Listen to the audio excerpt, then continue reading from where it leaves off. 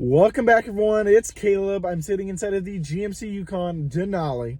Now, this is going to be very similar depending on, almost regardless of any trim level.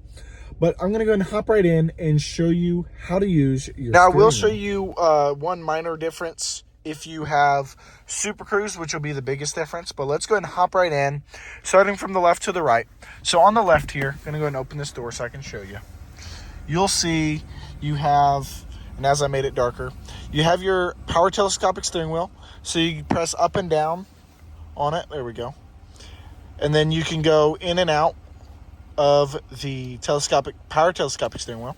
You also have two buttons on the back here that change your different stations. And I made a video right before this on your settings or for your audio favorites, so you can filter through that. You have your stock here for your wipers, for your front and rear, your blinkers, and your high beams. Now to move on the front of the steering wheel, you have your cruise control, which you can turn on or turn off. This button will cancel it, and then you'll set and resume.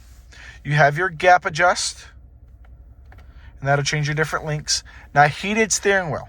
That's the one big difference is if you have Super Cruise. Your Super Cruise button will be over here, and your heated steering wheel will be tucked in your climate control area. Now, of course, you have your horn.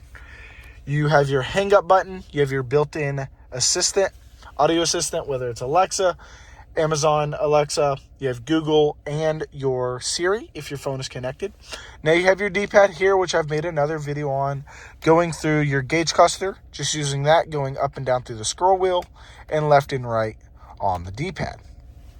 Now on the right side behind the steering wheel, this is for your volume, and I can press up and down and be able to change the volume level just from the convenience of my steering wheel. Tons of buttons inside of the GMC Yukons, especially the Denalis.